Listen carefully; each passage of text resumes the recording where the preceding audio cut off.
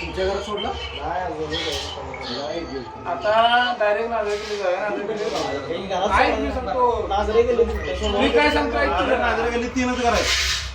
मिरजकर काकांकत्रे, आळतेकर आणि बसवेश्वर शेट्टे. तिथं सोडून डायरेक्ट प्रवीण दादांच्या सोड्या